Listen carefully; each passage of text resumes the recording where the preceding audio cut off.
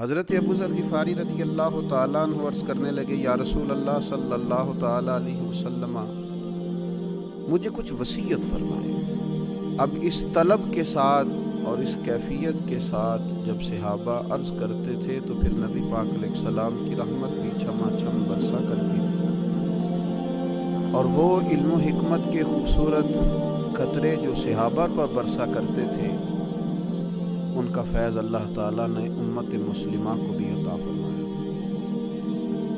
اور صحابہ نے جب ان باتوں کو روایت کیا اور محدثین نے جب ان کو نقل کر کے محفوظ کر کے امت تک پہنچایا، تو ہماری روحانی تربیت کے لیے، ذہنی آسودگی کے لیے، دل کے بند دریچے کھولنے کے لیے وہ عظیم سرمایہ ہمیں میسر آیا۔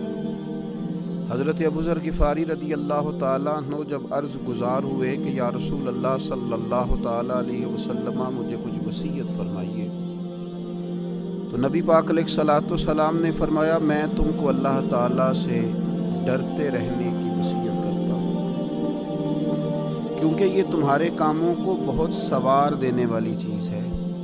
یعنی حضور نے وصیت بھی فرمائی اور اس وصیت کی حکمت بھی بیان کی، اس پر عمل کرنے سے جو خوبصورت نتیجہ برآمد ہوگا وہ نتیجہ بھی بیان فرمایا۔ میں تمہیں اللہ تعالیٰ سے ڈرتے رہنے کی وصیت کرتا ہوں، یہ تمہارے سب کاموں کو سنوار دینے والی چیز ہے۔ سیدنا ابو ذر رضی اللہ تعالیٰ عنہ عرض کرنے لگے، یا رسول اللہ کچھ اور وصیت فرمائیے۔ تو نبی پاک علیہ السلام نے فرمایا، میں تمہیں قرآن مجید کی تلاوت اور ذکر الہی کو اپنے اوپر لازم کر لینے کی وصیت کرتا ہوں۔ اس کا فائدہ یہ ہوگا، جب تم قرآن مجید پڑھو گے، ذکر الہی کرو گے، تو فرمایا تمہارا ذکر آسمانوں میں ہوگا اور زمین میں یہ تمہارے لیے نور بنے گا۔ حضرت ابو ذر رضی اللہ تعالیٰ عنہ کا شوق یوں لگتا ہے اور دوبالا ہو رہا تھا۔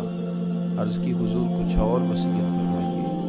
نبی پاک علیہ السلام نے فرمایا، طویل خاموشی کو اختیار کرو، دیر تک چپ رہا کرو۔ فرمایا، اگر تم اسے لازم کر لو گے تو یہ چیز شیطان کو بہت زیادہ پھٹکارنے والی ہے، دور کر دینے والی ہے، اور تمہارا طویل ٹائم خاموش رہنا، لمبا وقت چپ رہنا تمہارے دینی کاموں میں تمہارا مددگار ہوگا۔ حضرت ابو ذر غفاری رضی اللہ تعالیٰ عنہ نے عرض کی، یا رسول اللہ کچھ اور فرمائیے۔ تو حضور نے فرمایا، بہت زیادہ ہنسنے سے بچو، کیونکہ بہت زیادہ ہنسنا دل کو مردہ کر دیتا ہے اور چہرے کے نور کو غارت کر دیتا ہے۔ کہتے ہیں میں نے عرض کی، یا رسول اللہ کچھ اور فرمائیے۔ تو آپ صلی اللہ تعالیٰ علیہ وسلم نے فرمایا، تم حق بات بول دیا کرو، اگرچہ کسی کو کڑوی ہی لگے۔ میں نے عرض کی، یا رسول اللہ کچھ اور فرمائیے۔ تو حضور فرمانے لگے، اللہ تعالیٰ کے معاملے میں کسی ملامت کرنے والے کی پرواہ نہ کرنا، رب کی رضا کا گویا کام کرتے رہنا، اور اگر تمہیں کوئی برا کہے، تم پر کوئی تنقید کرے، تو اس کی پرواہ نہ کرنا۔ میں نے عرض کی، یا رسول اللہ کچھ اور فرمائیے۔ تو نبی پاک علیہ السلام نے فرمایا، لوگوں کے عیبوں کو بیان کرنے سے اپنی زبان کو روکے رکھنا، اور ایسے عیب جو اگر تم غور کرو اور تم جانتے ہو کہ تمہارے اپنے اندر بھی موجود ہیں، لوگوں کے بارے میں وہ عیب بیان کرنے سے روکنا۔ 7 وصیتیں اللہ کے محبوب علیہ السلام نے سیدنا ابو ذر غفاری کو عطا فرمائی۔